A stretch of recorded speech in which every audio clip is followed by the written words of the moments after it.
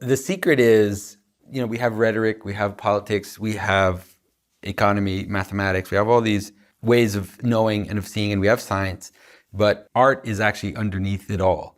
There's the making of space, that is architecture.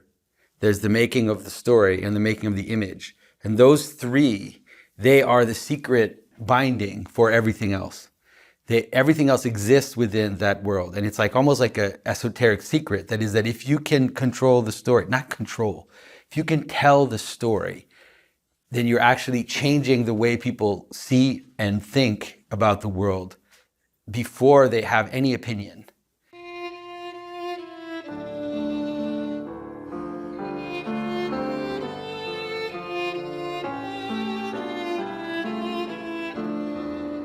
This is Jonathan Peugeot. Welcome to the Symbolic World.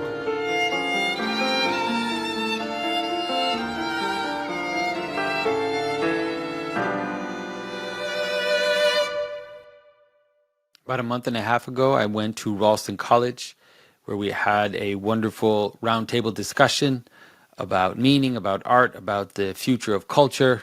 And in that time, I had an amazing discussion with Gregg Hurwitz. As you know, Gregg Hurwitz is a best-selling author, but he's also become a friend of mine, and we've started to collaborate on some interesting projects. So in this discussion, we talk about what it means to be an artist in our different spheres, what it means to work together, and also giving advice to young people who are trying to figure out what they want to do now. And, I also wanted to tell people that Ralston College is such an amazing place. If you are young and you are kind of trying to figure out what to do, they offer some amazing opportunities.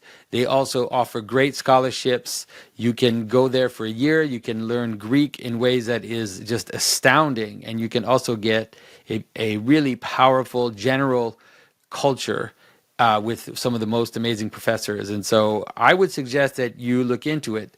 In theory, the date is already passed to sign up for Ralston, but they told me that for very high quality people, they would be willing to reconsider. And so now's the time to take a chance if you're interested in preserving our culture and our civilization. And so in the meantime, please enjoy this conversation with Gregg Hurwitz.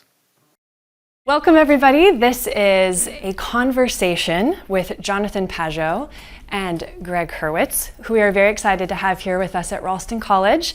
We have been holding career and life conversations for the last couple of terms here at Ralston in the effort to connect students with opportunities that they might be interested in pursuing post-studying at Ralston. The humanities education is ideally preparation for a beautiful life story, a well-lived life, and is in many directions that can take us. We have had many experts and guests who are here to tell us what they've done with their humanistic pursuits.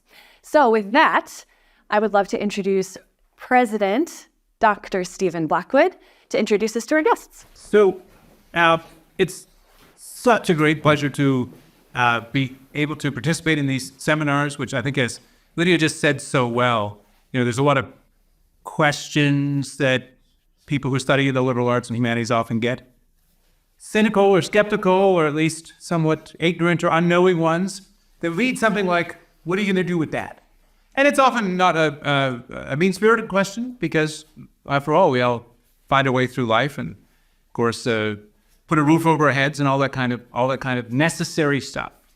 But at the end of the day, I think we can argue very powerfully that there's actually nothing more useful than that which enables you to live the one life you have in a way that you can make it count, that to you it is meaningful. And so these career life conversations on Fridays, which are, for those listening who may follow us online, entirely optional to our student, are really part of helping us think about how we navigate life. In the classroom, we're often reading Aristotle or Dante, we're parsing our Greek and all that kind of stuff. And all those things, of course, redound and resound in all kinds of ways in our lives. But in the classroom, we're not necessarily asking the question about, well, how do I get a job? Or how do I present myself to the world? Or how do I think about relationships in the healthiest, most positive and important way? And how do I navigate my way through questions of religion and all those kinds of things? And so these career life conversations are meant to be an opportunity to kind of blow it open and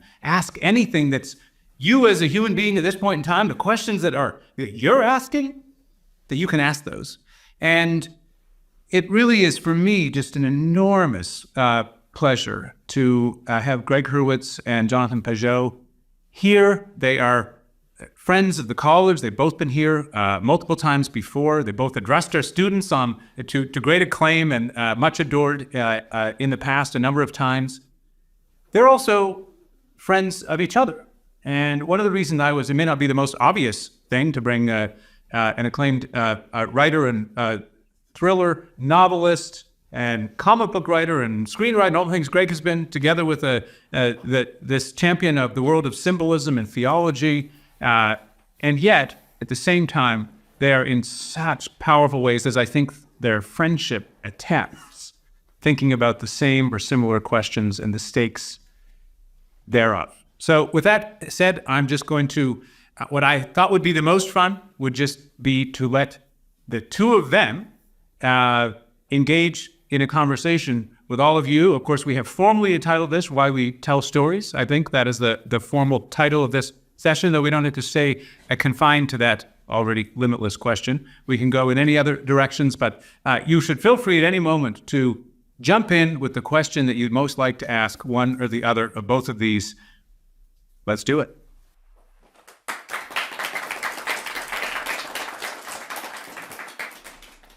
So how do we start? I'm thinking one of the things we could talk about, and this could be a question even to find out, is I have to agree, the way Stephen presented it, in some ways my friendship with Gregg is a very surprising thing that's happened in the past few years.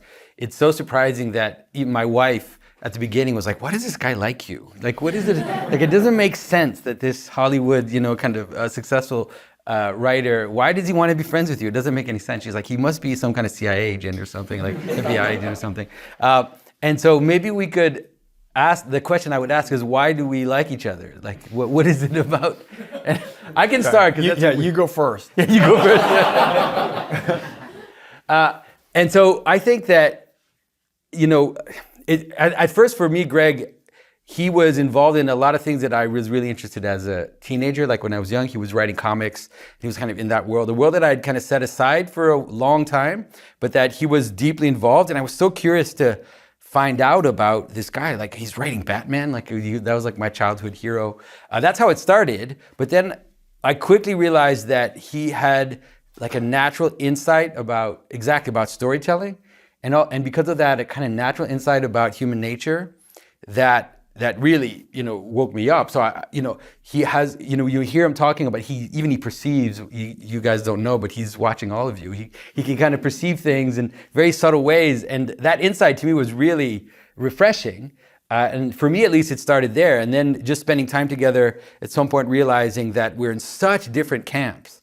But for some reason, there are these places where it bridges. Some of it is storytelling. Some of it I think is just a kind of intuition. And so that would be the beginning of that. I don't know what your insight on that is. Well, thank you. That's very kind. I mean, it's a little bit awkward now for me to confess that I actually am a CIA agent. And my interest in you is being part of the Christian nationalist movement. There you go. Look, for me, I think... Hello, friends. This is Richard Rohlin, and I am inviting you to join me for my new Symbolic World course, Tolkien and Universal History. In this course, we're going to go over the deep mythological and universal history roots of Tolkien's Legendarium and see how Tolkien sort of shows us a blueprint for reclaiming a legendary, mythical Christian framework for storytelling. And in fact, we're going to even do some storytelling of our own. This is a 5-week course. It starts on March the 3rd. We had to postpone it a week, which means there's a little more time for you to sign up. And I hope to see you there. I'm very much governed by the instinct for what is maximally curious and shiny and engaging for me. So everything I did, like undergraduate, I studied English and psychology. Like I only went into arenas that were maximally compelling. And the same thing for me is true for friendships. And friendships are a kind of attraction. And I think that the first level that I connected with you is you're a true artist. And even if your art is something that in some ways seems on an opposite pole of what I do, like you're doing like these beautiful carvings that are, that the symbology is foremost, and they're iconic and archetypal and deeply resonant from symbol down. And when I'm writing, everything has to grow up from specifics. I can't write a novel that's good if I think I'm writing a novel about the triumph of the human spirit. Yeah. Everything I think about is what's a line of dialogue, what's an action scene, what's a way that some little detail is illuminating about character. Is there somebody on the subway across from my character who has a worn pair of black loafers filled in with magic marker because they can't afford to buy new shoes? Like it's all comes from the specifics and the details. And I'm much more geared towards words, and you're obviously you're immensely visual. And so the first thing was, in my conversations with you, it was just evident that there was nothing about you that was dogmatic or propagandistic or rigidly ossified ideological. You're sort of a living, breathing embodiment of what it is to be an artist. And that is suffused with your work and your belief system. And I didn't really have orthodoxy. I'm from a very, let's just say, a much more liberal, secular Jewish background initially. My parents sent me to Jesuit high school. So I have a lot of affinity for Catholics. I have a lot of friends who are evangelicals, but I didn't know a lot about the Orthodox church. And so I was captivated by you. Like, meeting you is sort of like, it's like winning the lottery the first time you buy a ticket in terms of a point of ingress for that field, because there's so much in it that it's such a muscular belief system, and there's so much darkness that's incorporated, and there's so much nuance, and there's so much texture. I think the way that informs your thinking and your grounding, and then your art and the reasons why you do things, is very, very solid. And I think that solidity is something that, we talk all the time and overuse the word fractal, but it's true. Like, you have your artistic integrity is aligned by dint of what you do with your belief in your faith and your character. And in a lot of ways, if all people are hypocritical in certain regards because we're humans, you have the least aspect of that in your persona and your dealings. And so, I always say, so Jordan Peterson and I go back quite a long way. He was my thesis advisor when I was an undergraduate, so I've known him a very long time. But I've said to him before, I say, Pajot is a holy person. It's so annoying. And when there's arguments or disputes, there's just a real solidity. And I think in a lot of ways, I'm more exploratory, and you're very grounded in what you think, and everything's really bolted down to the earth. And so, we've been working on a project together recently, and that's been captivating to work on a narrative project, because it's sort of like meeting in the middle from these two sides. Yeah. I mean, that's what's so fascinating too, is that, so Gregg and I think it was last year, I don't remember how the idea started. We kind of had this idea that we could, because I really believe that nobody has been able to create a narrative version of Genesis. Like, no one has ever been able to do it. It's always extremely cringy and tacky, and you see two naked people in a garden and you're just like, what is this? This is not possible. And so we kind of gave ourselves this challenge to dramatize Genesis. And we started just exchanging and working together. And I was really surprised. I was curious to see how that would go. But it's as if it just went as well as you could imagine. Like, everything just kind of flowed together. And when we finally were sitting in the same room, everything was just coming together in ways that was just was astounding. And I think we cracked it. Like, I think we actually were able to do it, to tell the story of the fall and of creation and of all of this in a way that is actually narratively compelling. And I think it does have to do in some ways, like, in that, because the way that Gregg writes, he would be like, he has this thing he does with his hands. He's like reaching, he's like grasping for something. Yeah, you do this thing. Like, you're like grasping, you're like, and then you have this like image here, like a finger with paint. Do you remember that? Uh-huh. He's like, he sees this image, and it's like, where is this coming from? Like, what is this? And then he kind of scratching at it, and then when it comes together, you're like, oh, yeah, that makes total sense. But it's like you're really coming at it from the ground up in that sense. Mm-hmm. Like, it's true that I'm more top down. I see the structure, and I'm like, this is how it should be. But that is also can be kind of cold, right? In terms of if you want to have something that's narratively compelling, and you have like this kind of almost like really think you're imagining, like dirt and the, the leaves hitting their legs, and you have this kind of really ground up approach. Well, I mean, part of what we want to do is really show this, tell the story in a way that's humanizing, tell the story in a way that's psychological. So what's it really like if you've never felt pain the first time you feel pain? Like, how angry is Adam at Eve, given his sort of cringy blame of her for being the cause of his downfall the first night that they're alone? What happens the first time she offers him an apple in the fallen world? What happens the first time you see your own blood if you've never seen blood? And how does that insurmountable trauma, it's like one of the greatest traumas that's imaginable, right? How do you tell that as a story of intergenerational trauma? That gets passed on to Cain and Abel, right? And then Seth. And then there's a flow for how this moves, that if it's in the psychological, then we feel like we're on narrative pacing and narrative footing. And I think part of this is, when I talked about you being an artist is sort of one of the first things that I was drawn to. This kind of collaboration wouldn't work if there was ideology or dogma or ego where best idea doesn't win, right? Yeah. Or all those things. Or if things are really graspy. I've had a couple movies made and some TV, and one of the things that you realize is that production, when you get to production or creative collaboration, it's like a marriage. It's either getting better or worse. It's never stable.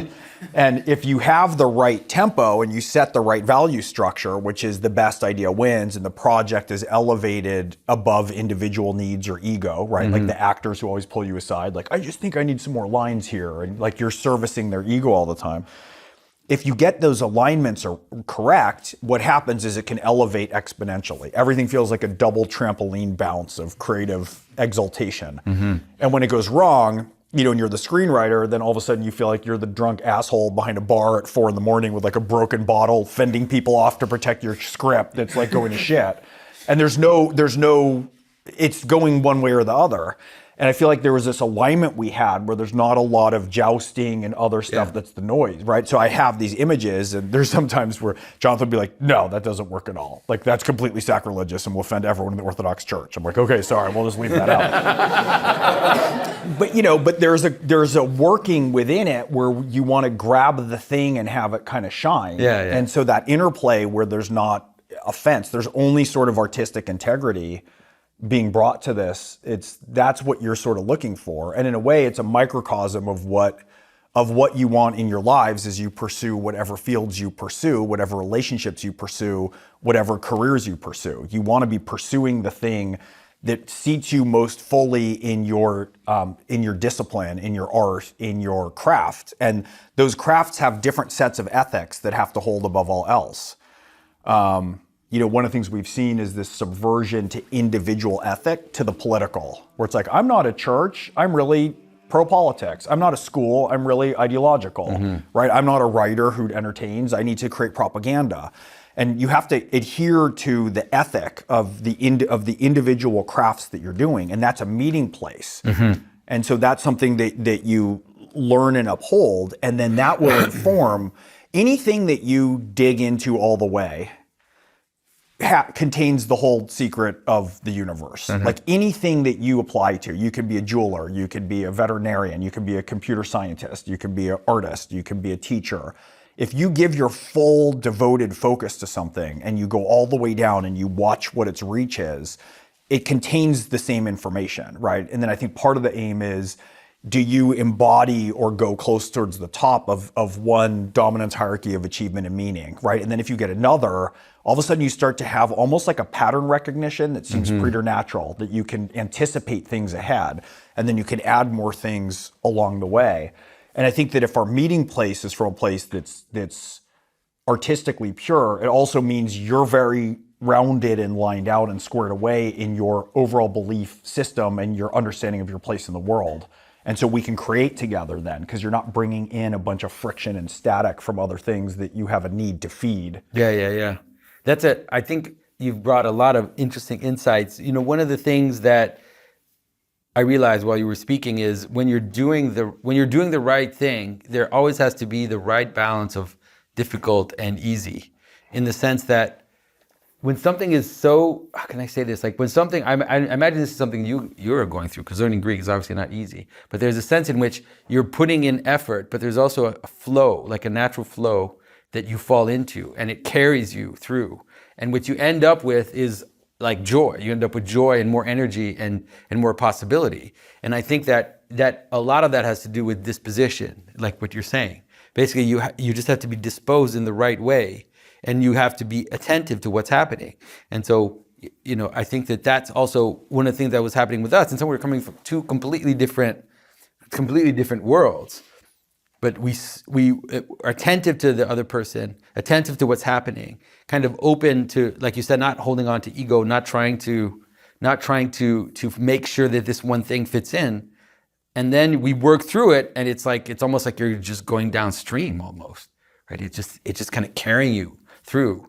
And I think that all the things that I've been involved in that have been successful have been like that, where it's hard. Like maybe you're poor, maybe you still struggle, you're trying to make things fit together, but there's something that's just carrying you, and it produces more joy at the end. It's even though it's difficult,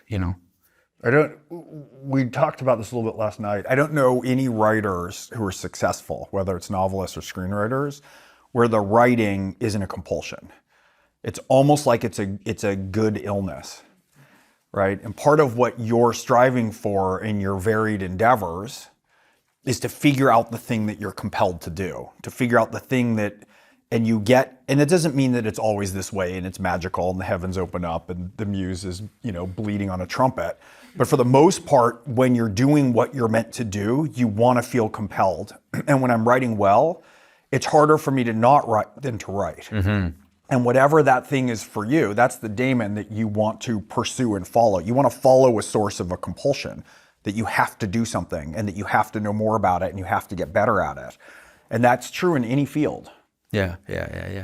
Yeah, the craftsman, there's a saying that you can't pull the craftsman away from his craft. Like it's actually difficult, because the person, like when I'm not carving a lot of icons now, but when I was carving icons, it's like, it's 5:00 and yeah. I need to go back to my family, but just another 10, just another. And you're just like, this is opening up and this is doing that. And it, like that feeling is obviously you do have to stop and go, and do the other things. But that sense of like, no, you're just being carried is really important. My wife and daughter have something when I say it'll be 10 minutes. They'll go, your 10 minutes or my 10 minutes? That's right. With work. Yeah, it's really interesting as you're trying to kind of figure out your way to that. You can see which things shine and which things call to you. I mean, one of the things that I think is very important, and it's highly relevant to Ralston. None of you are getting degrees. Like you'd all be way better off going to community college and getting a degree in graphic design if you're worried about employment, right? Or immediate, easy employment after a degree. But one of the things that you're doing is you're not being trained for that. You're being trained for being artists and entrepreneurs and philosophers and leaders and soldiers and, innovators.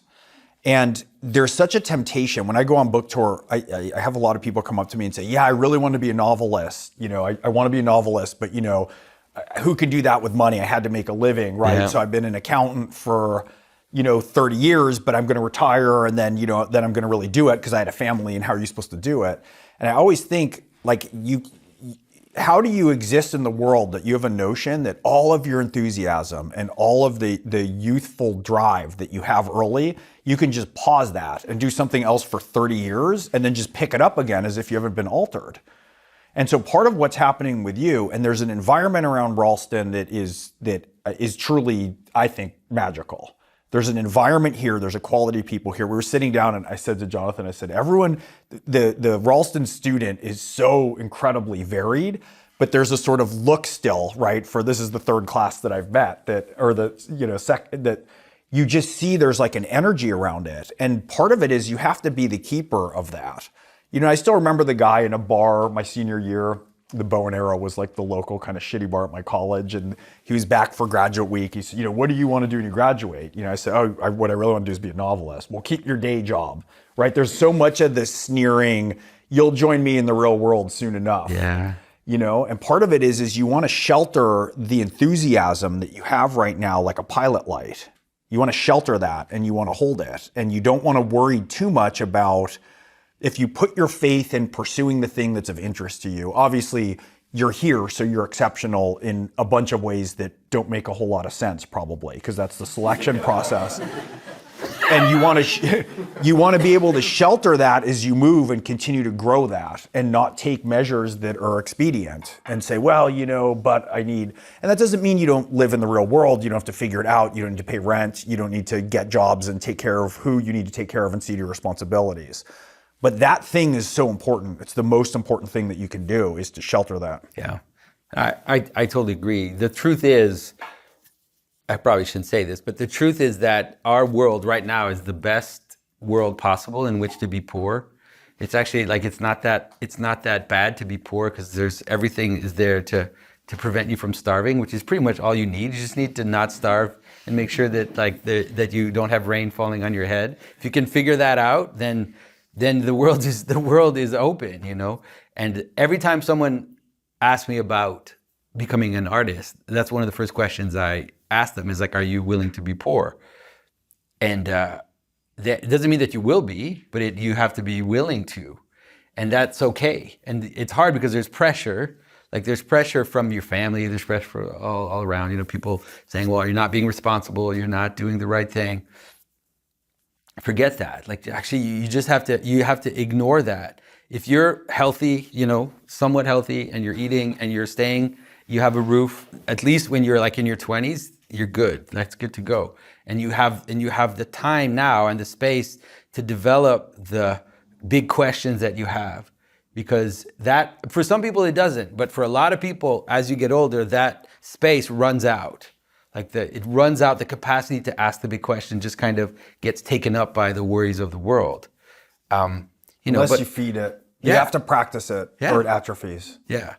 And like you said, you meet people all the time that are exactly the way that you said. They come up to you and they said, when I was in my 20s, I wanted to be an artist, but now I'm so-and-so. And there's just like gray in their eyes, like a drab thing. And I keep thinking, well, why didn't you just do it? Like what? Well, you got to pay the bills. You got to do that. I would say, I don't know, but I think Gregg is right in seeing that the fact that you're even here shows that you already understand some of that, and the weirdest thing about it is all the people that will criticize you, and I've experienced this myself. All the people that criticized my family when we were like dirt poor with 3 kids, like just barely making it, they forgot that now. They forgot that that's how they saw me now, and now they're just like, oh wow, it's so great, you're successful. It's like, yeah, but you were totally like family even. Like you were totally judging us and having this kind of disdain towards us, and now you're like this. It's kind of funny. So it's like, don't worry about that stuff. It's not worth it. Can I jump in and ask a question? Why do you two think you feel compelled to create stories, whether that's through imagery or words? What is it, if you could put a word to it, that defines or describes that compulsion? Well, for me, part of it is a novel's the only time I get to speak for 400 pages without being interrupted. Pretty close the rest of the time. Pot, kettle. I think it's weird. For me, it's almost like, for those of you who have a habit of working out, when you don't work out, you just feel all plugged up and not right in the world. If I don't write properly rough draft writing, I don't feel good. It's almost like it's like the sun to a plant. It's just a huge part of how I express myself. And I always wrote. When I was a kid, I loved reading. My parents didn't let me watch television. And I read the entire young adult section of our library by 5th grade. I was reading Stephen King. And I thought anybody who loves stories, my sister is a fanatical reader. I thought anybody who loves stories would want to write stories. I just thought, because, we're in our own little, little world, we're looking at through our own weird kaleidoscope. Yeah, yeah. And I was like, if you love stories, why wouldn't you want to write stories? Isn't that the coolest thing anyone could ever do? I remember asking my sister, who's now a clinical professor of pediatric gastroenterology, like, when are you going to start your book? When she was in like 7th grade, she's like, I don't want to write. I just like reading them, there's things that we like. So it's so weird. It's so integral to who I am and how I function and how I see the world and how I think. I think in stories. I think in words. I've even had really weird dreams when I was deep editing. I had a dream one time that the dream was in Microsoft Word and I was editing the dream. and then I had another dream that was a nightmare that I was walking through and something came out. I was walking through a dark house and something came out and scared me. And a jump scare is always like the cheapest thing in movies, right? And so I thought, well, this would actually be a lot scarier if I had suspense first. So I like rewound the dream and had like bloody footprints too, so that the tension mounted so that when the scare happened, I was more scared. So I think I'm very hardwired. It's like a calling for me, really.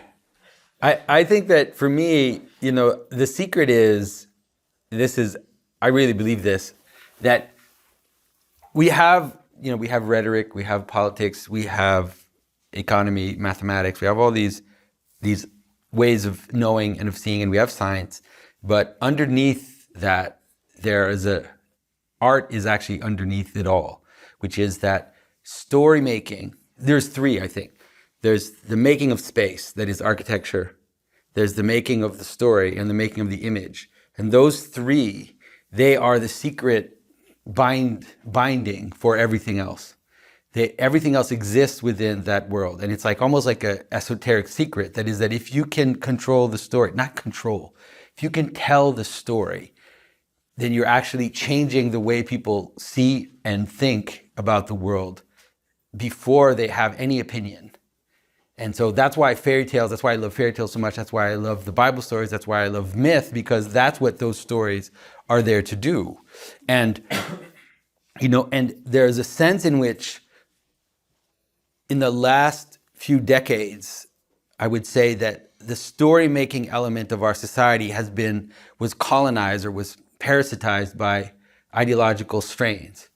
And that has an effect. Like, it actually changes the way people see the world. People don't even realize it. They're seeing the world through these new stories. And so it's exposing, I hope you can see how important the story is. That is, that how you frame the world in which you live. And now is the time to tell stories again, right? It really is, because everything is shaking and everything is kind of in flux and we don't know what's going to happen. And it's kind of wild. Anything's possible.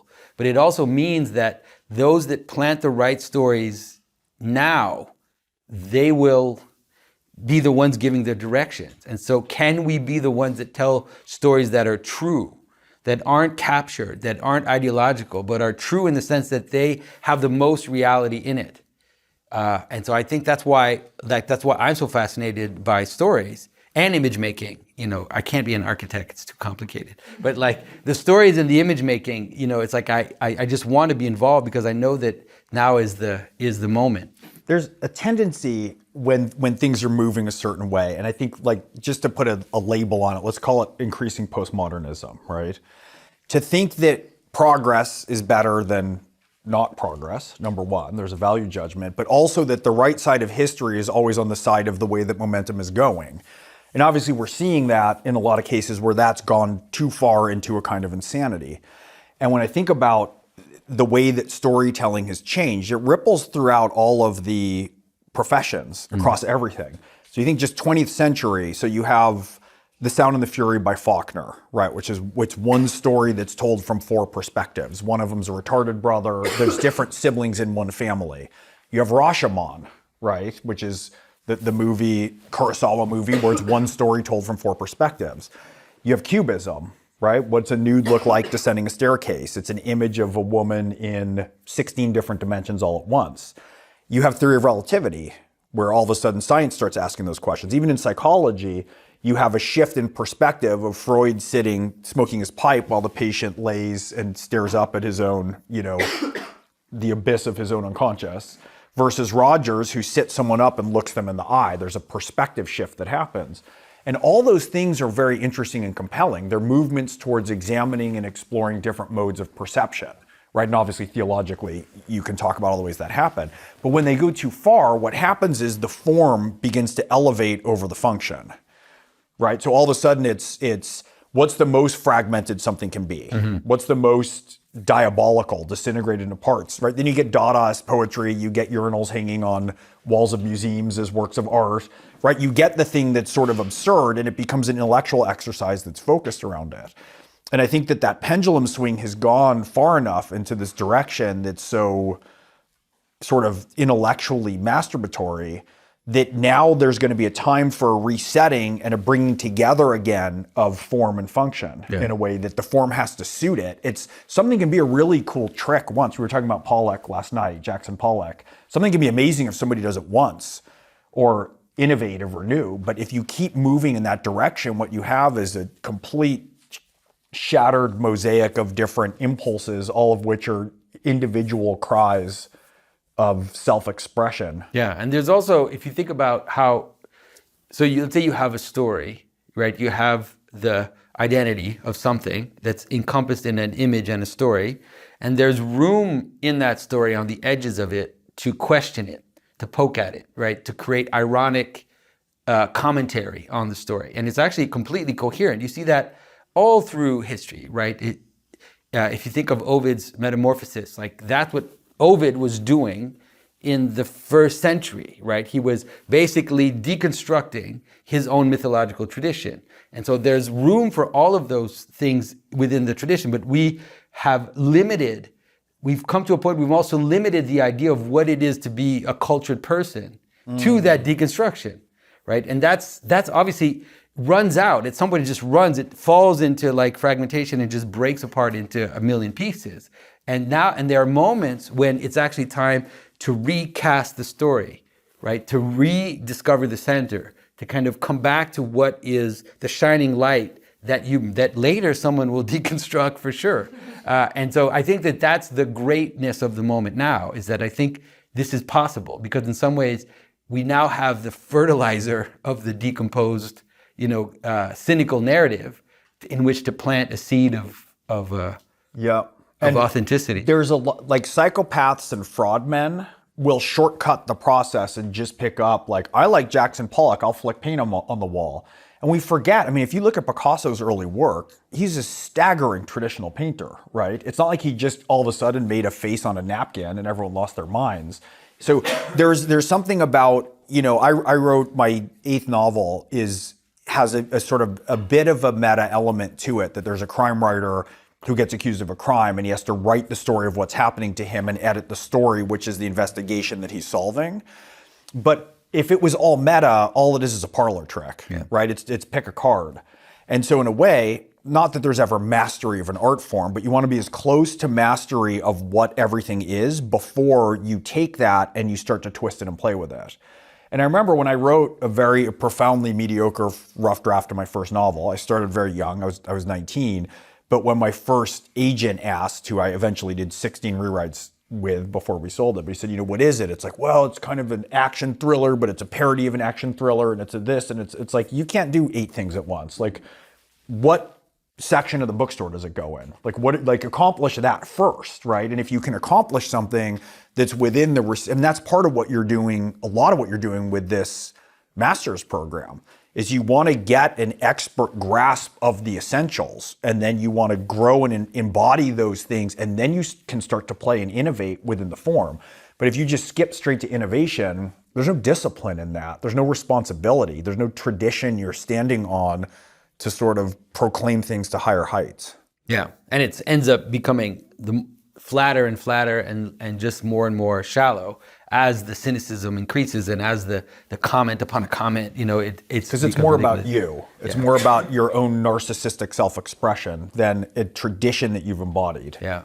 So I think that's what this is right now, is the right time to be doing that. And what's amazing about what Ralston's doing, and for you guys, is as people are running away, as a lot of the institutions are running away from the foundational stories that have brought us where we are, you'll have like a jewel that a lot of people don't have. It's like a treasure, really, is what it is. And this is actually the exciting moment of being at the end of something, or at the moment where it's kind of falling apart, is you're like in Lord of the Rings or some fantasy novel where people have forgotten the tales of the kings, and now nobody knows who they are, and someone finds this grimoire, and inside there's like the secret history of their own people. It's like, actually, this is what we're going through right now. Like, you guys have the chance to do that. Nobody, people aren't reading the text that you're reading. They're not going into the tradition anymore. And so you'll have will have a treasure that will illumine, and you can see it, like when people hold that treasure, like people who have a good knowledge of history, or people that have a good knowledge of literature, it informs their conversation. And when they're speaking, they don't have to reference directly the literature or the history, but everything they say will have an extra weight, because even just in their mind, they know that they're standing on something that isn't just 50 years old, that isn't just like the last fashionable theory that people are grabbing onto. You have there's a moral responsibility in coming out of here to not just live up to your learning, but also to be interesting. That's a moral responsibility, to follow what is engaging to you and to be interesting in the world, because that's infectious.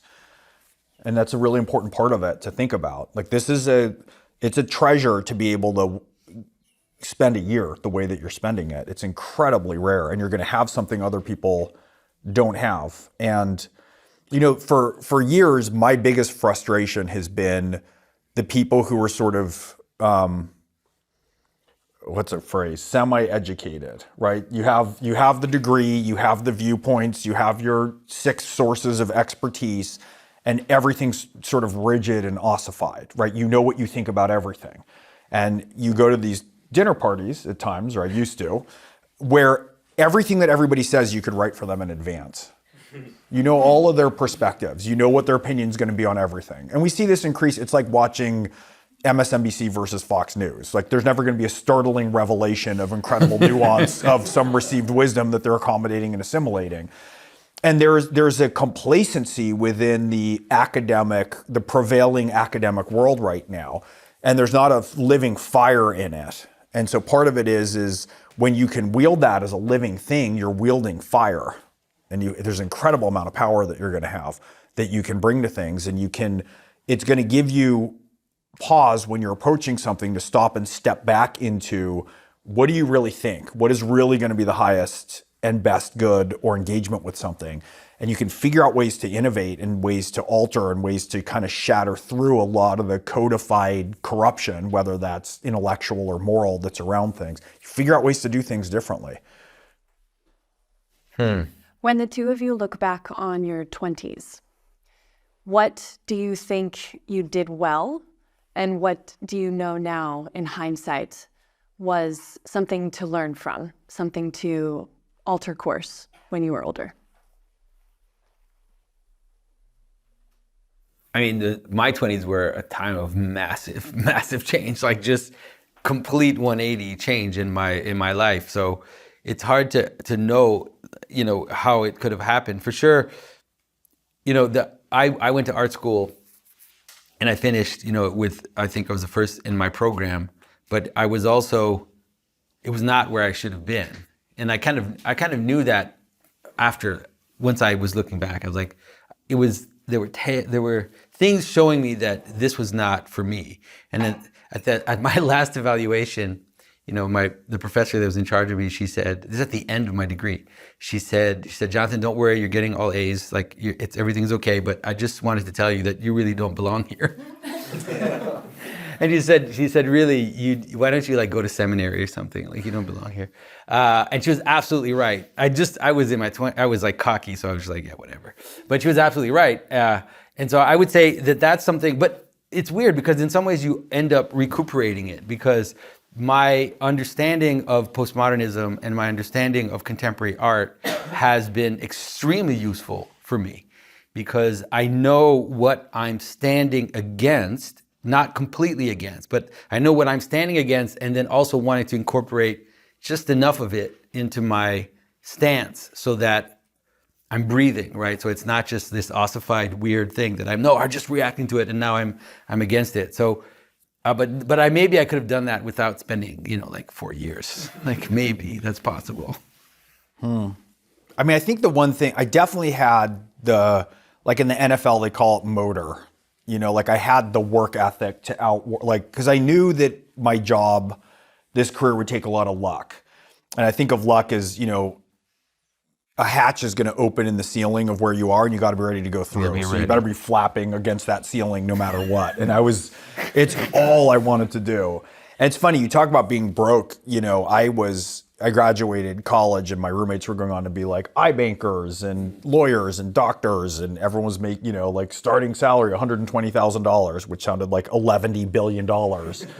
And I wanted to be a novelist. And so I kind of stalled. I won a fellowship. I did a year at Oxford, master's in Shakespeare and tragedy, just to have a very practical degree in case my primary career as a novelist didn't pan out.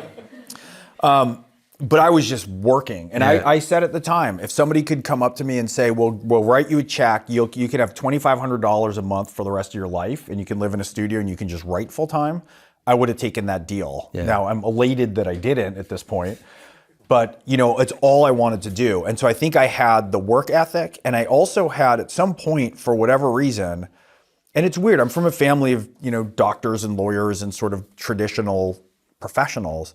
For some reason, I had the awareness to break from everything and risk everything on myself and just say, this is what I'm doing. Mm-hmm. And even when I finished, I was pretty fortunate. I sold my first book, I was fairly young, but whenever I did a job, it was like, how do I make the most money the quickest so that I can still have 35 hours a week to write? Like everything was geared around that. And even when I did my first deal, I thought if I live on that aforementioned $2,500 a month, how many months do I have in the bank to keep writing? Because it's all I wanted to do. And if you're a doctor and you have a bad, stretch financially, you don't have to then go be the janitor or take another job, right? But as a writer, if you mismanage that, you lose the time to do the thing that you love and that feeds you.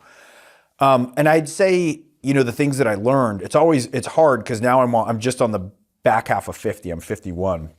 And so there's this awareness of, I can look back and have some sadness distinct from regret about the things I didn't know earlier. But without me going through them and bumbling through them, there's no way that I could have integrated to reach the knowledge that I have to then look back at them. So it's a very weird thing to not be grievancy or resentful or remorseful, but to also just look with sadness at some things that I might have missed at earlier stages. And I think some of that was I probably... earlier on, it was hard to figure out the balance of how much you go for and grab and reach for and how much when you do that it recedes. So later in life, I think I figured out a lot more about that. Like even just in interacting, let's say with Hollywood, like at one point, my book series is called Orphan X. And at one point I'd adapted it in a few huge ways for a few huge movie stars who I lost to other projects. And it was sort of seen about the town. And I remember my manager calling me about 3 years ago, and saying like, well, the series has been seen. And so for Hollywood, they're not sure. Even if it didn't get made for reasons that I lost these stars. But I had, these big deals and it didn't move forward. I said, no problem. Tell everyone it's not for sale. She was like, what? I said, just take it off the market completely. Like, I'm not selling it. I know where the series is going. I have a lot of confidence in the track record. And we just pulled it back. She said, okay. And the first inquiries that came in, it was like, no, he's not selling it. And so, a year and a half later, we had 7, 8 interested parties. We had 4 studios bidding, and we steered it into the right deal.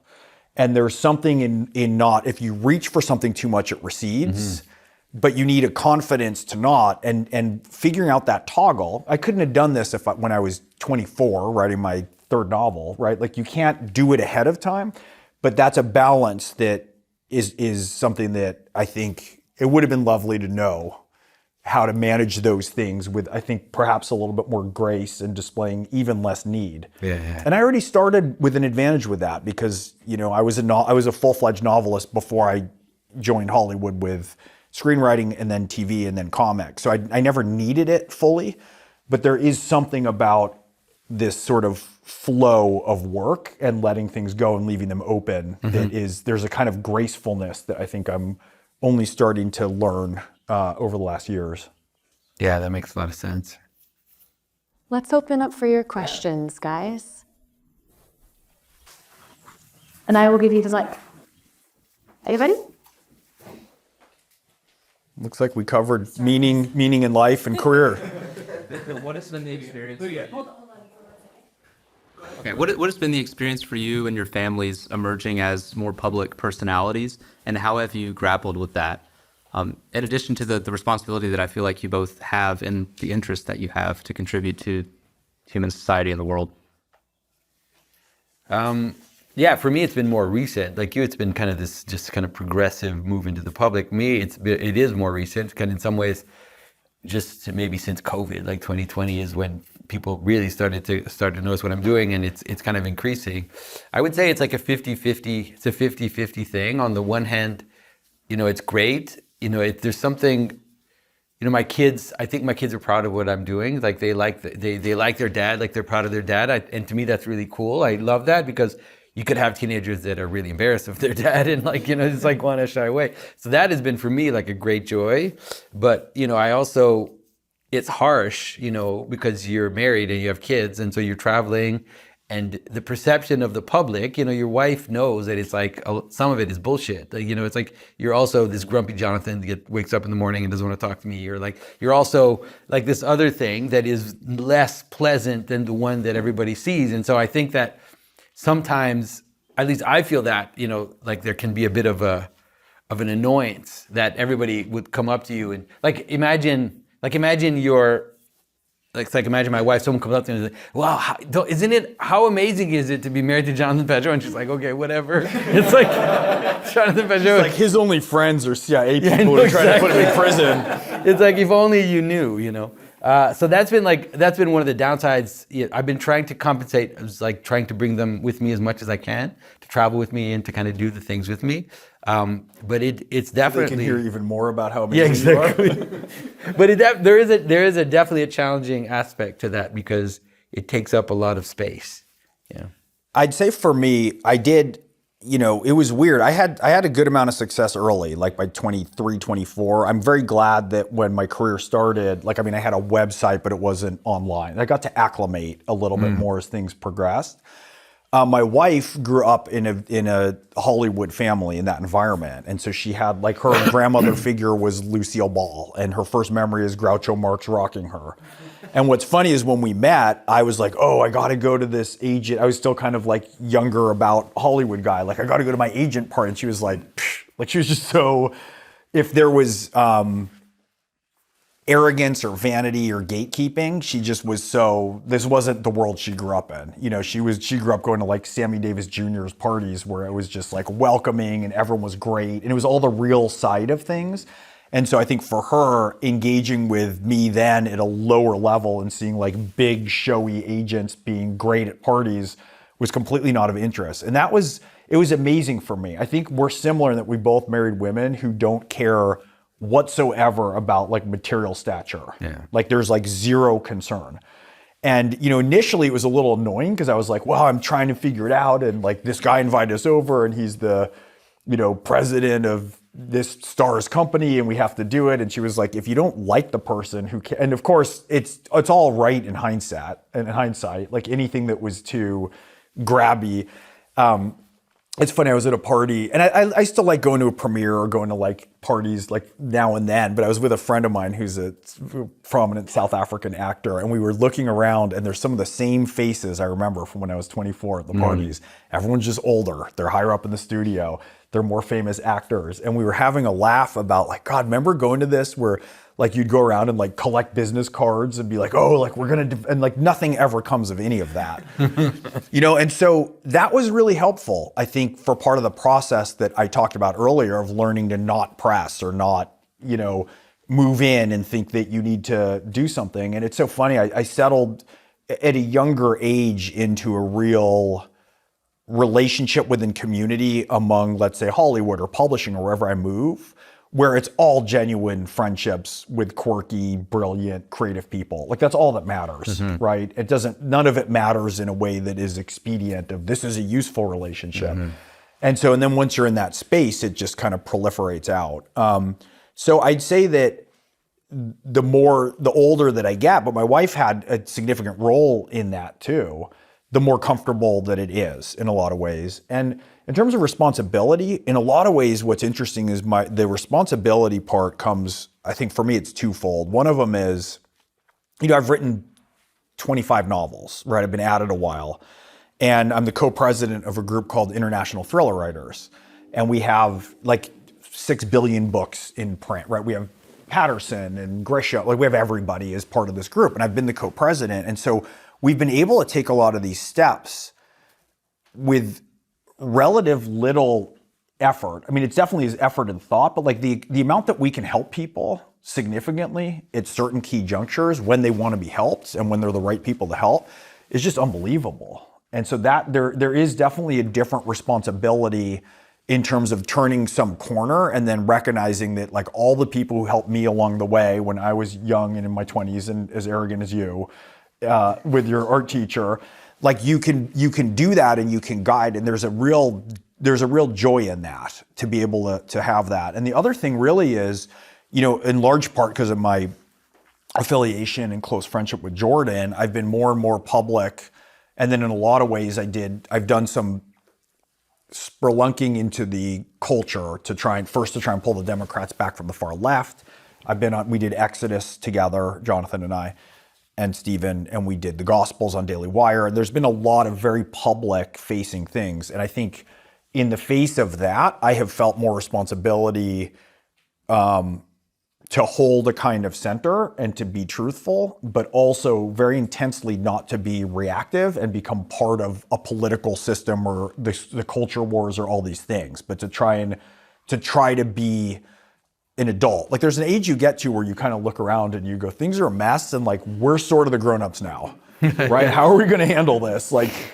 And so there is some responsibility from that part of it that comes with trying to adhere to a higher set of standards for myself because it's important. And a lot of that has to do with speaking the actual truth as I feel it, but not also overcompensating and becoming angry or screamy or pushy in a way that then allows for resistance. Yeah, I love what you said about also like non-instrumentality.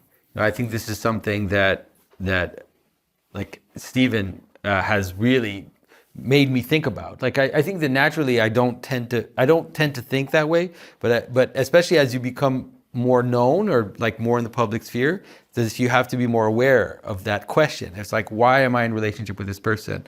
Is it just because it's going to like you find yourself in this weird position where you're like meeting billionaires, and then you're like, well, why am I talking to this person? Is it just because they have a lot of money? Is that the reason why I'm talking to them?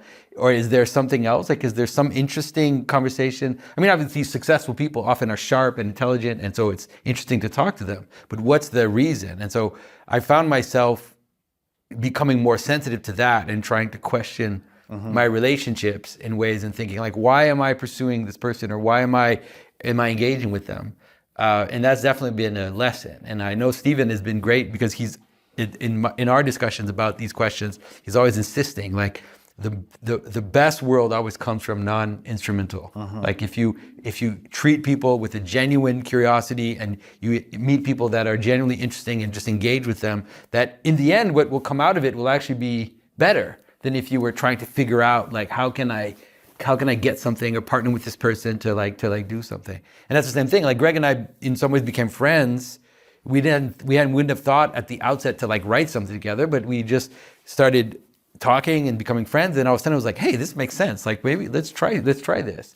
And then out of that comes something that I think is fruitful because it's not built on, like, oh, he's got contacts here and like, let's use his contacts to, get this done or whatever. Yeah. Beware the plan that you like sort of push and manipulate and grasp your way to, because then you have it. Yeah.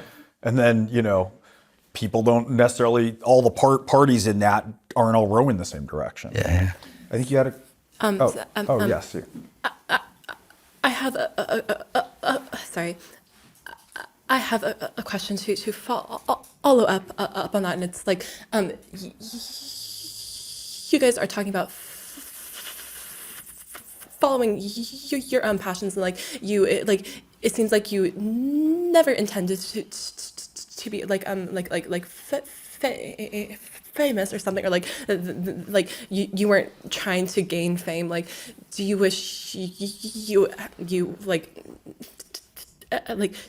you ever wish you hadn't entered into the public eye, or become famous? Is it like a blessing, or is it a curse, or is it something? Yeah. Want to start? Well, I mean, John, you only became an Orthodox icon carver to get famous. Because I was right. I was like, if I can ride this to the top. Like, I think for sure becoming somewhat famous has been a total surprise. Like nothing that I would never have expected. That the decision that I made in life, and I would say, to be honest, in my case, except for the time and the family part, which sometimes is a challenge, like because. I would say on the whole, it's actually been amazing because the things that I do and the things that I care about, I really care about them. And so for me, the possibility of having more of a reach in order to get that out there is like, wow, that is so cool, like so amazing. And then also, living my little life in my very secluded way and carving in my workshop is great. But, in that context, I didn't get to meet Stephen or Greg or Jordan Peterson or all the people that I'm able to meet. And so for me, it's been amazing. Like, it's just been like an adventure where I'm like, oh, I'm talking to Russell Brand. Like, why am I talking to Russell Brand? It's the most ridiculous thing in the world. But it was like, there's been these moments where it's like, with Russell mostly listening to Russell. Yeah, exactly. Brand. Yeah, exactly. Russell can talk. He gets these like reveries. He's amazing. He's so like the zone. Incandescent. I feel a lot the same way. I mean, I had some luck younger. I mean, for me, one of the things that's weird is it's indistinguishable. I mean, my natural instincts and aesthetic is quite commercial. I write big thrillers. I write big screenplays. And so it's indistinguishable for me to have a successful career with me making more money and me having more fame. They're all kind of tied up in each other. I'd say the one thing that's been a blessing that I didn't think about was I didn't have a massively accelerated amount of fame when I was young. Because if it had hit me in those arrogant 20s, I'm sure I would have been insufferable. There was a lot of getting knocked down along the way and a lot of like 6 books in and then the publishing, a thing with my publisher and the numbers tank and I have to reinvent myself and get back up. And so as it's come slowly in different ways, I feel like it's given me a chance to acclimate kind of at each stage in a way where I hope that I'm wielding it with gratitude and responsibility. And as for the reach part, I love that. I mean, it's like, so part of what I was talking about with following things that interest you, I sort of have 2 rules in my life in general. I never want to do anything that's not fun. Everything has to be fun or an adventure. And my time for things that aren't, I massively compress or delegate as much as I possibly can, because it's not like you can do everything that's fun. And obviously this doesn't involve crises and suffering and family. And the other thing is I try and spend as little time possible. And the more money I make, the more resources I have, and the more fame, such as it is, that I accrue. I don't want to spend any time doing anything I want to spend as little time possible doing anything that anyone else can do who's not me. I want to spend all my time doing things that only I can do. And so that sort of influence, that sort of kind of reach that you get, the kind of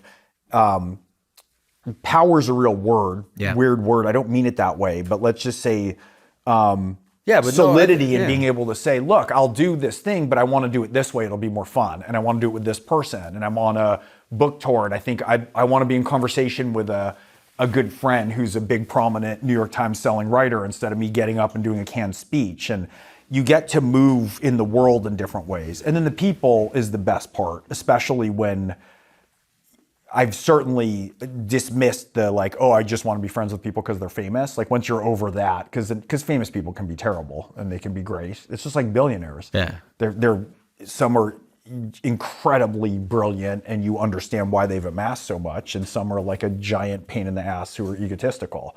Everyone has all that, but if you can choose through your influence and through people's interest in you, good people, and move through the world that way, it's incredible. It's like you're talking about Stephen and me and James Orr and Douglas Headley and Douglas Murray and just the people that in the fellowship that we've had, these are extraordinary people and humans, not just intellectually.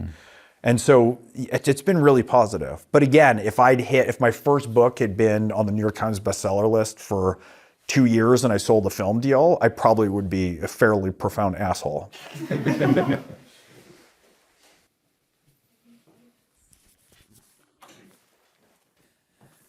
I really like what you said about the fire. That seems essential to make anything meaningful. And I think that applies to the creative arts as well as being students or anything that you're really being yourself in. So this question has to do with the act of creating as well as maybe being a student. And yeah, you have the fire and then you have, what's the word? Desperation, maybe. This feeling of everything will fall apart unless I do this thing. And that can come with deadlines, which is a very practical and helpful thing. For us, the weekly essay. For you, maybe it's what the publisher has given you. So just how do you keep the fire going and not fall into a sense of desperation?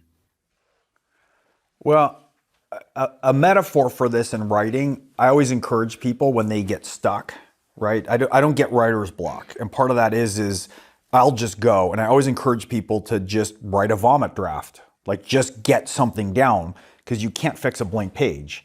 But if you have something, you can make it better. And I've been conditioning that sort of momentum for a really, really long time. And that fire and the desperation can be incredibly useful. Like the times where I've had to have a reinvention in my career and I feel like I'm writing for my life. And I'm in a mini version of it now, as Jonathan and I've been talking about. Like anytime there's a dislocation financially or creatively, the unknown contains equal parts opportunity and threat. And the first thing you think about, and when you're younger, you think about threat. And it's important to keep orienting towards opportunity and to be aware of that. Get forward motion, get things down. One of the things I decided really early on, and it actually is an option for everybody, even though you're going to laugh at me probably, but I just decided to do everything way ahead of deadlines to never even have to think about them. And so I wrote my stuff way early in college. I'm a year and a half to 2 years ahead usually on my publishing schedule. I just want to be way out ahead. And if that's something you can figure out and you can do. Nervous laughter in the room. But it opens up basically, fun. I mean, I have a book coming out in 2 weeks. I'm going to go on a book tour that's a month and a half. And if I'm behind on delivering the next book, I can't come here, right, and have this weekend. And like weird shit comes up all the time. Like I helped write the opening to the last World Cup. It's such a weird thing, but like, to get a call and go off to like Qatar for a week and then do all this research, like you need room to also be able to understand as things come in that you have the bandwidth to do it. Right. And so a lot of ways it's like just make headway. A lot of this is your own sort of stress and your own harsh driver. An important thing to do too, one of the exercises I find really useful when you have the voices of desperation, which can be indistinguishable from voices of anxiety, or for some people depression, or for some people it's OCD when they're going, take them out of your head and just sit them on the couch next to you. And then you can really contemplate just how insane you are. And you can think, if you were a friend, if you're like, God, you're always late, like you're so useless. It's like, if you can really try to remove that voice and think, is that someone I should be taking advice from? Is that advice I would give my own friend? And if you can separate out that voice and then you figure out what's an encouraging voice that you would take if you're talking to a friend of yours about getting on stuff earlier or hitting better goals. And it's probably one, and this is hard. This part is not like I figured this out in college. This is I still refigure it. But if you can find a voice and inner dialogue for yourself where you're finding the most adult part of yourself to lead the way. So those voices come up, but that's a younger voice in you, right? Maybe that's you being, like for me, I was the smallest kid when I started my high school with 1,200 boys. So I had a real scrappy, like have to get it, harsh, overbearing voice. And you can identify them and then you pull them all in, you can invite all of that, and then you figure out what's your highest, best advice for you to excel and unfold and expand and shine. And so talking and working with that, like what's your voice? Is it being an encouraging coach? Is it being a older brother? Is it being a caring mentor? And if you can try and cultivate that in yourself, you'll have something to go to. And then more and more, when you are in the throes of kind of desperation where you're losing your way, at least you'll know that it's temporary and that an adult's going to get there in the morning. Yeah. No, here and then here. You gonna go first? Okay. Yeah, thank you so much for being here. I had a question about how to navigate the political, because it seems that there's a story. There's always a story, but there's a collective story that it's missing in our institutions of education and our political institutions. And as we're about to graduate and face the world, and I think like you want to remind people of the story of the West. But everything's just so politicized today that it's difficult to separate both. I guess there was some backlash when you both did the gospel series, and you're sitting at a table with Dennis Prague and Bishop Barron, and it's on the Daily Wire. So of course Ben Shapiro, then his name comes up, and it starts to interfere with your image and how the world sees you. But you're just trying, at the end of the day, you're just trying to remind people of the story of Christ or the story of the West, and it's beautiful. So I'm just wondering if you have any advice on how to stick to the story and how to navigate the political. If you don't, so one thing which is first is the backlash in the politics. A lot of it isn't real. Like I didn't pay that much attention. I was so busy. I mean, those are a little further afield from my daily career. They're hugely important to me, but I'm not on like reading all these comments and everything else. And so we tend to pay a lot of attention to something as if we have to respond to something. And a lot of times it's like, you don't know who it is. You don't know if Twitter's freaking out. You don't know if that's foreign, a bot swarm, if it's foreign people, if it's anonymous people. It's just kind of not real in a way, unless it really comes to your doorstep. And at times it will. And when it does come to your doorstep, if you've insulated yourself from the constant Sturm und Drang nonsense that basically is fed by, I think, foreign psyops, bad faith players, or psychopathic algorithms, if you're aware of that and not becoming of them and engaging with them, when it comes to your door in a way that's real, you have more bearing to engage with it in a way that's transformational and not getting down in the gutter with it and getting screamy about it. And handling it with a bit more grace. I mean, the other thing is I always come back to, there was a big period in writing, which I think we're thawing out of, but not entirely, of having sensitivity readers.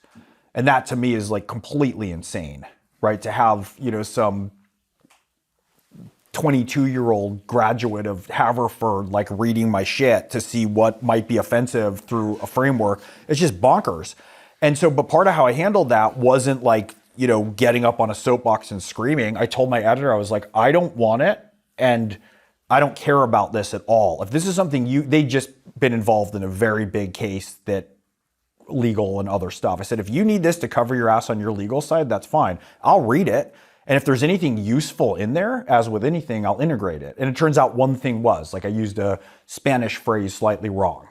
I have a lot of characters who were Mexican in my books, and in this book in particular. But the other thing that I did, and you can see where you could get very reactionary, but for this book in particular, what was so funny was one of my close friends is a novelist and nonfiction writer named Luis Uria. And I think he's our greatest Mexican-American living writer. He's incredible. He's shortlisted. I think he won the Pulitzer for Devil's Highway. I mean, he's just a no shit knockdown writing genius. And so what I had done with this manuscript, a lot of it takes place in Mexico, is I'd given it to him to be like, is my slang right? Is this, I have a lot of colorful cursing. And so he'd sort of gone through the book with me and was like, oh, this is a great phrase and you should do this. And here's the food they'd be serving. And I did all that the way I do research for, my guns and ammunition, right? So as a novelist, there's two things you can't do that'll end your career. If you get a gun detail wrong, you're just finished. And if you kill a cat, like the cat people just come for you and they'll put you in an early grave. But but I do a ton of research, right? I have a hacking expert if I'm writing about hacking. I have guns, I have ammo, I have demolition breaching. And I treated this with a great deal of respect because there was a lot of stuff that was there. I mean, I'm in California, I'm very close with, I have family, friends, community, all of this, but I wanted to get that right. And what was funny was because I didn't have a big political statement around it, I was sort of like, sure, you can have this kid. By the way, like arguably our greatest Mexican-American living writer has already been my subject matter expert on this. And so it was just such a sidestep from a position of solidity that it didn't turn into the political because I was doing the things that were based on the ethic of my field. And that is making sure that my writing is of the highest standard and that I'm checking with subject matter experts so that I can have enough verisimilitude to carry the reader across the suspension of disbelief. And so a lot of ways you can avoid it if you're not reactive into it too. And you can stay the hell out of it as much as you can. And like, I think also in terms of politics, like I don't touch politics a lot in the stuff that I do, but I think that it's actually totally fine to be concerned by the political, to be involved in the political. The problem is the partisan politics, because partisan politics is just basically team blue, team red. Like it's just my team. There's no substance to it, and I think the thing that has been interesting, and in this space, there is a kind of space where hopefully there are people that are able to talk about politics, still have a side. I think it's okay to have a side in a conflict, but also be willing to understand what the argument is, what it actually is, and to represent it honestly and to be able to listen to the opposition, because the best thing you can have is a good opposition because it's actually reflecting back to you. And so, I think that at least in my case, for example, like the connection with the Daily Wire is I'm just going to come to the Daily Wire and say the things that I always say. And I'm not going to I'm not going to now all of a sudden start talking about the things that I don't usually care about or talk about. And I'm not going to let them, let's say, overpower what I care about and what I think is important. And, and I'll walk along with people as long as I can. And then when I can't walk with them, I'll just make sure that that you can see that I don't agree with them after that. And to me, that's enough, and people will rail and people will complain, but usually those voices are actually not that, like Gregg was saying, they're not that real. Like there's people that scream really loud, but they actually, if you engage with them, then they're real. Then you just start to spiral. But if you just you just ignore it and you just keep doing what you're doing. Look, I've had this like pretty early days. I mean, my communities are exceedingly liberal and many of them captured. I live in LA, right? I was born in the San Francisco Bay Area. I'm a novelist. I did a ton of visible work for the Democrats, trying to pull them back and wrestle them back from the idiotic left. Like I'm a screenwriter. Like if I was any more on brand, I'd be like a Tesla. It's like I'm very from that world, but so many of my relationships aren't. And I've never stood down for them for a minute, including with Jordan early days when all that went bad. But I also didn't move over and pick up a bullhorn from the other side and start screaming. I was always sort of building bridges. But like me going on Daily Wire was huge. Like I didn't know if that could have had massive ramifications for my career in publishing in Hollywood and elsewhere. I had somebody suggest to me that going to a premiere for a Daily Wire event could terminate the morality clause of a contract I had with a major studio. Wow. Like that's the level of insanity. And I've just never treated it like I said, I was like, that's utterly insane. Do you hear what you're saying? Yeah. That's like the CCP. And I just have not engaged with it in some ways. And I've stood by my friends when they're my friends and I've showed up. And a lot of times if you engage and start the fight and start the resentment and you don't understand, that's the thing that makes it real and tangible. And look, it might come in a way that you can't do anything about it. And that's happened to me a few times. And then what you have is the grace and poise that you have from not having given into it and decided to live in it. Because it doesn't matter if it's not real. The people who get killed are those people who issue those awful hostage statements Like there was a prominent actor who mentioned that Ben Shapiro's like an okay guy, maybe, and then there was a story and he was like, I'm sorry, I'll re-examine my privilege and I'll do the work. And at that point, it's like, look, man, I mean, I learned from Frederick Douglass and Mark Twain, you never apologize to a mob, ever, especially a faceless mob based on, you know, deep machine learning and AI patterns on social media. So if you don't do the thing that's revealing yourself, then you're screwed, because then forever everybody knows who you are and where you're located. Careful with apologizing. You know, apologize for sure and cleanly when you're wrong, but you know, don't ever apologize out of fear of repercussions. We have time for one more question. Do we have the mic? Well, we got 3 more. Why don't we run them real fast? Okay. Okay. I have a somewhat back to the basics sort of question, and this is something that I personally have struggled with. I think a lot of liberal arts students struggle with this, not all, but I think one of the problems that we have coming with such a very general background and an interest in like so many things, it's very hard to pin down what you want to do. Like the one thing that you are like very interested in, or like even the several things that like you're very interested in and could commit to like long term. Because I think to like develop like this sort of this art, you kind of have to commit, you know. And so how do we go about like figuring out that one thing or those several things that are most interesting to us? It's hard for me to answer that because I don't have that problem. So it's like in some ways, I follow threads. This is actually how I live. So like, let's take the icon carving aspect to my life. You know, I started carving icons in 2002, but I only started doing it really seriously in around 2010. So you have a huge gap in between.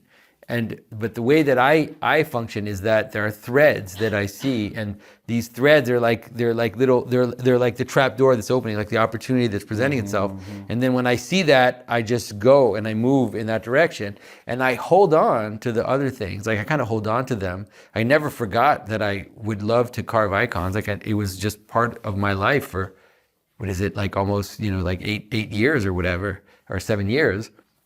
And then when all of a sudden the door was open, I was ready, and I just grabbed the thread and I just started moving in that direction.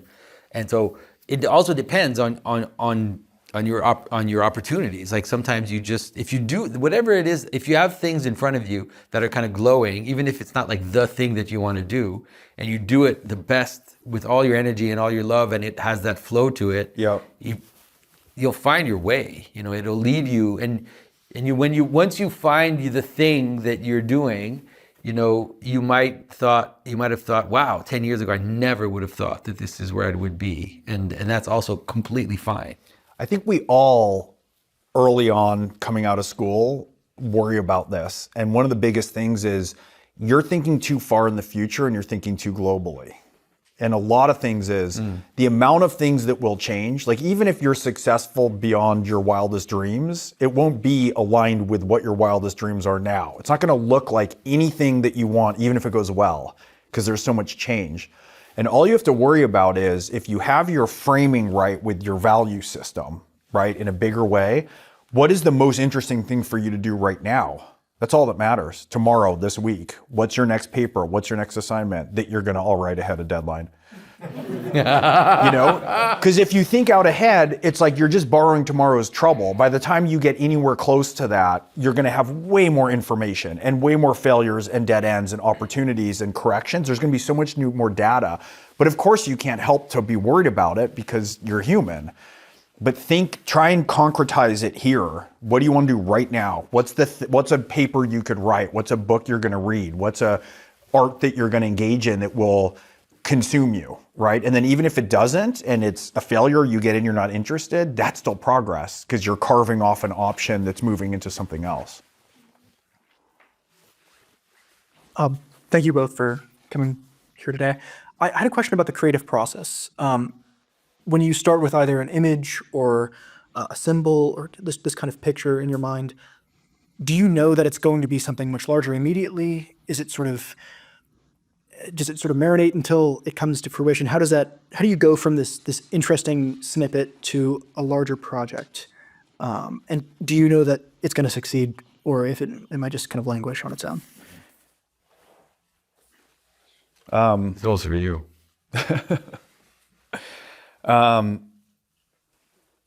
I used to have a quicker cycle of like idea to go. Like one of the benefits that I had was I didn't have a break between, like I remember the first time I wanted to write a play, I'm like, let me just start writing a play. And I remember the first job I got in TV, which wasn't really a job, I was translating and counting animated mouth flaps for Dragon Ball Z and matching English words into a badly translated Japanese script that was largely perverse. So we had to get it around the censors, right? Because there'd be like an old guy grabbing a girl's ass and I'd have to be like, oh, let me brush that twig off your dress. So it was like, but the first job I had, I was literally like on the plane with the producer flying to the studio in Fort Worth, reading a book about how to format screenplays, right? So that the movement was so fast, I just was like, let me go and try it. Let me go and try it. And when you're talking about which ideas take, I think part of it was I used to move quicker into it. Like I'd have an idea, it'd be a book, I'd put all my energy in and go. And as I get older, it's very interesting. I've just been observing this in a very significant way lately.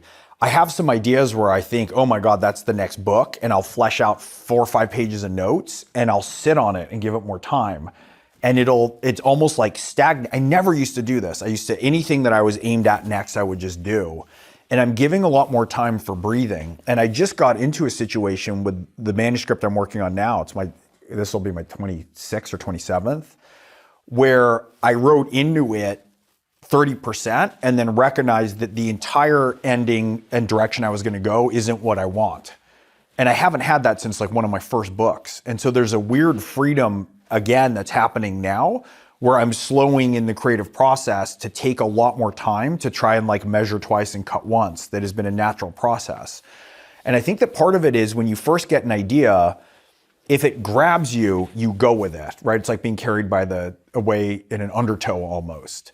But also if you write things down, you can see if they continue to live and yield, right? A lot of times when I think of a story, it's like when you first lay down on a towel on the beach and it's all uncomfortable and lumpy and you kind of have to adjust yourself into it. There's a form that the story needs to take.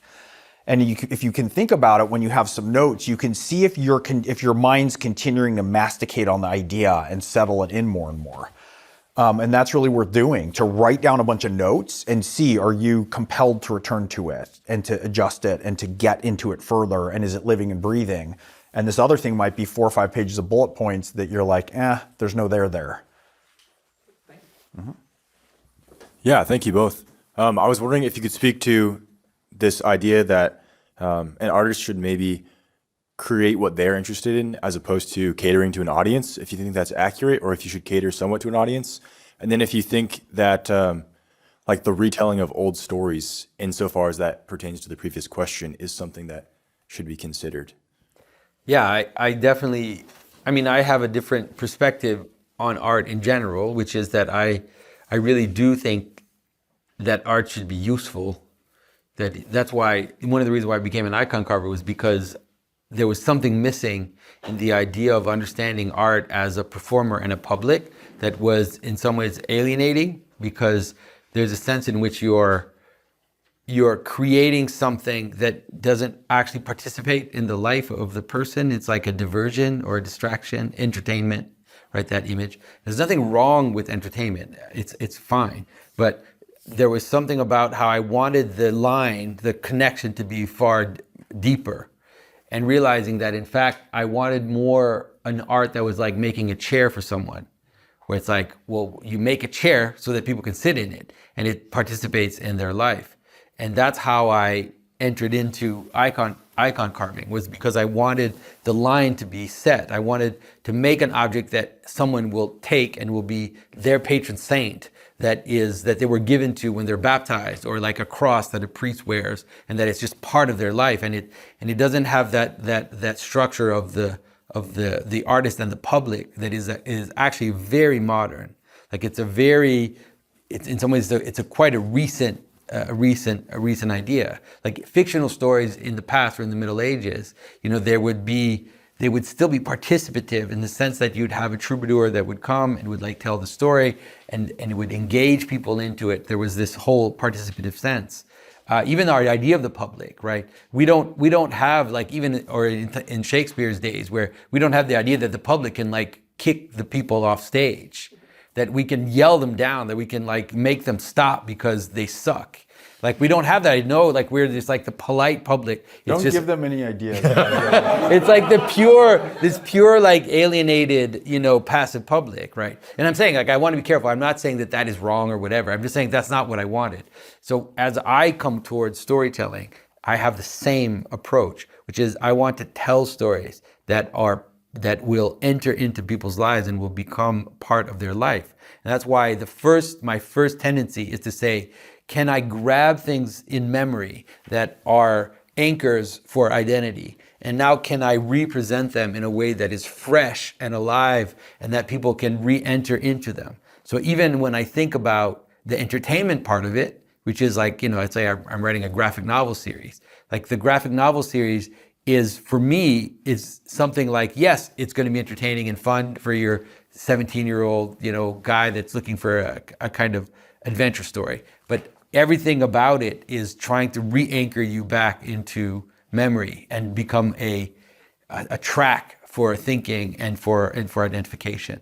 So that's been my approach to storytelling. And I don't think it's the only one, but at least at this moment in my life, it's the only thing that makes me care about storytelling. And so like that's why Gregg and I, like if we're gonna do something together, for me it was like, well, let's do Genesis, because it's like if we could pull that off, like if we could create a narratively compelling retelling of creation and the fall and Cain and Abel. I mean, can you imagine this? In some ways, the service we would be rendering Western civilization. Like it sounds like it's cocky, but really, like I believe that. It's like that's what Milton was able to do, right? Milton was able to do that, and there are very few people that have been able to do it. So I'm like, man, if we could pull that off, that'd be an amazing thing. And I don't only see it as, oh, well, we'll keep people happy, we'll divert them, we'll it'll be entertainment. No, I think it's really going to the core. I can answer this from I think I'm more consistently in touch with the commercial side of things. And what's interesting is my advice holds, but for slightly different reasons. There's a lot of people who say, like right after the Da Vinci Code came out with Dan Brown, right? There's this glut of everybody writing symbology texts, right? Or, secret society stuff. By the time you write that, right, that's a year and a half, 2 years. Then a book needs a year lead time on publication. You don't even know where you are. And one of the things is I sat next to a woman on the flight out here who's a pretty renowned comedian, but she's just switching over and writing a pilot. And she was talking about like, well, how do you do it? And what do you want? And you always hear this in Hollywood, right? Everyone's buying stuff that's like this. And I said, none of them have any idea what they want. Like there's no version under which, somebody thought that what we really need is a rap opera about Hamilton and that's going to take over the world. Nobody thought that like a magic school for little kids. I mean, Scholastic bought that book for like nothing. It was like educationally, right? They're not a big commercial house. There's a judge who famously remarked about pornography, like, what's the definition of pornography? I don't know, but I know it when I see it. And there's this notion that like you're going into this collective being like publishing or Hollywood, that anybody knows anything. There's a very famous line by William Goldman, who's the preeminent screenwriter of Butch Cassidy, the Sundance Kid, and Marathon Man. He says, nobody knows anything. That's the lesson about Hollywood. And so to try to anticipate market or to guess or to say, oh, what's selling right now are quirky medical shows like House, that might not be aligned with your inner pattern, which means you might not be able to do that brilliantly. And the one thing you're going to have as an artist, or as anything that you are, as an engineer, as a vet, as a doctor, as a diagnostician, pick your field, is that when it's aligned with you, when it resonates with you, you have something to say or to give that only you can say or give. And that's profoundly true if you're an artist. And if you're trying to go apply it to, some formula of what's going to sell 2 years from now when something gets made, you just can't even anticipate it. And all the successes that come between now and then are going to be surprising from things that are made that are undeniable. And so I would say my my own aesthetic happens to be fairly commercial.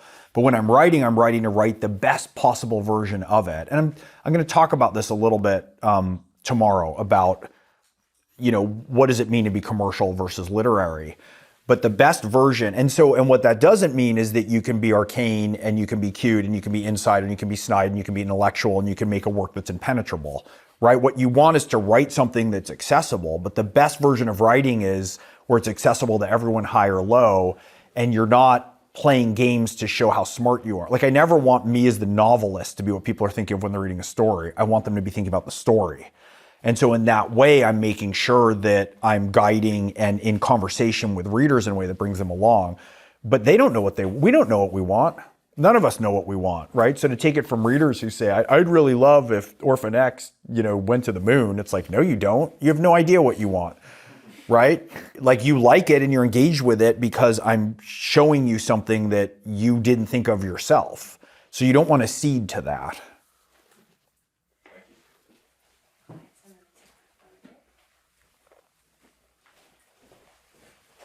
Well, this has been really a wonderful conversation. Thank you for sharing your friendship and your passion and your stories with us. In closing, I just want to say how honored we are at Ralston College to have both of you here, not only as guests, as speakers, but really sincerely as friends. You both have given so much to this little fledgling institution. And I think, speaking as an actress, a writer, myself, a story maker, someone who's so desperately clung to this idea that stories matter, the story of Ralston College comes at a time that I think the world is ready to hear it. And I'm curious, from your perspectives, if you could leave with us as a final thought. What does this place, this endeavor, what does Ralston mean to you, and what do you think it has to give to the world? Yeah, I think there really is a confluence of moments and things happening in the world in general. And I think Ralston is stepping into that exactly at the right time. I think right now is the right time.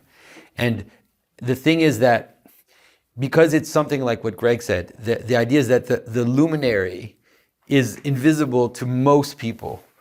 The thing that is actually going to be the seed that will bear fruit in the future, it's like it appears as this small light, and you need a certain kind of perception and a kind of intuition to see that that's the thing that is going to.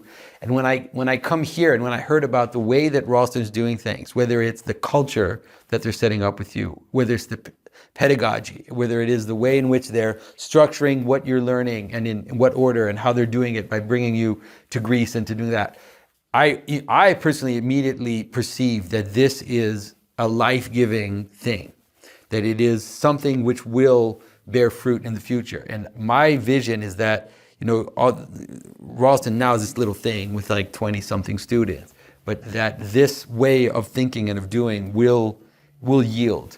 So because of that, and because I can see, and it's partly one of the things that makes me see that is also the quality of people that are drawn to it. Right? So you notice, you watch, it just happens naturally. You're like, oh, look at this person who is interested. Look at this person who is kind of like that and like curious and coming and moving towards it, whether it's the people that are working for Ralston, whether it's the people that are kind of becoming this kind of network of friends. You're like, oh, yes, I can see that this is in some ways almost like a vision of the future. It's a vision of a movement or a new beginning of something that's growing.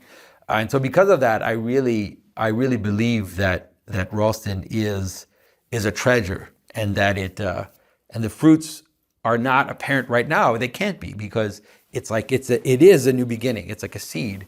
But I trust and I can see that through with all of this happening, even in terms of what's happening in the world, in terms of politics, in terms of the fragmentation, but this like desire to create a new beginning, I see only a bright future. That's my perception. Yeah.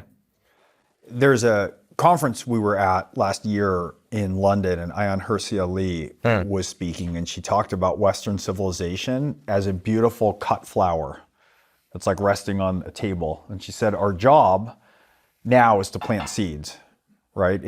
We're severed from our roots in a certain way. And Ralston, there's a reason you've used that metaphor multiple times. You know, Ralston is a seed that way. And part of how I know when I'm in the right place or affiliated with the right place is a large part, it's how I feel when I'm here.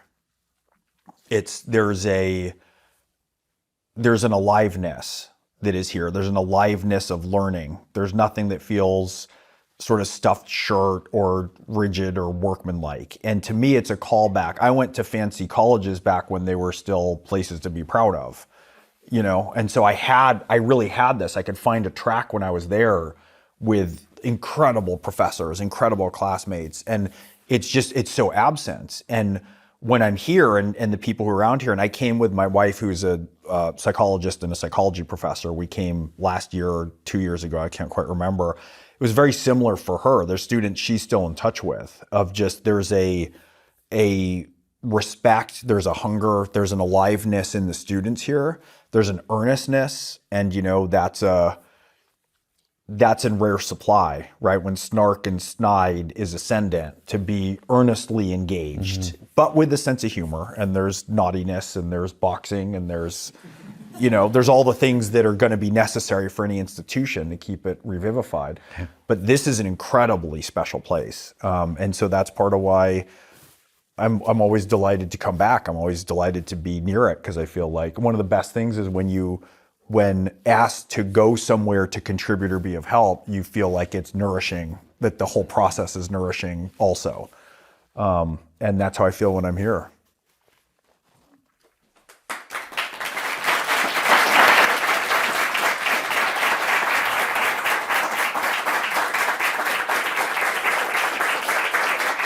Thank you. Thank you very much.